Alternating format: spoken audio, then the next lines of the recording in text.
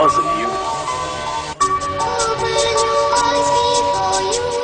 We're here because you were there. We've arrived from every corner of the planet to this nation to seek the fulfillment of the promise of America. We were promised a better life in our home countries, where we were told that privatizing water and electricity would make things run more efficiently. Instead, the quality remained almost the same, and the price was increased until it became an unaffordable luxury. Some corporations are more efficient than government, but their motivation is not the health or well-being of the people. It's only about profit. Everything else, their image, their human resources, their public relations, only exist to protect the reality behind it.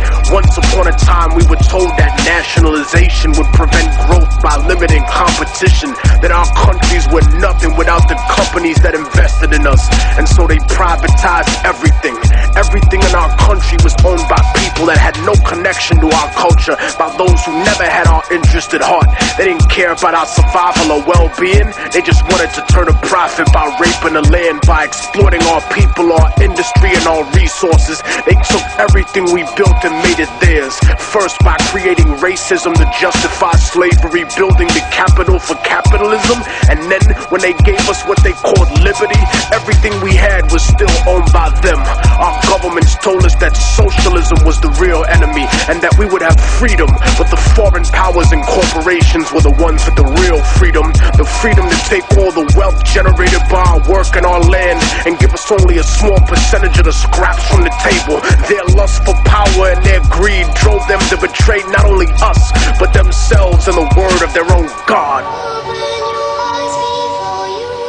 And while some used missionaries and donations to offset this abuse, other countries and companies were blatant with their crimes, using war, disease, and sanctions that killed millions. They supported corrupt governments that were almost like the old slave masters in their repression of the people, because their loyalty was to those who enabled them, installed them, and kept them in power. They became the bastard children of American industry, kleptocracies, governments of thievery. They protected the corporations and went to war against their own people to preserve those profits. The puppet rulers were given billions of US tax dollars to fund civil wars, right-wing death squads, execute political dissidents, sympathetic clergy, and even overthrow democratically elected governments. And so the age of revolution began again. They painted it as godless terrorists versus the free world and the free market.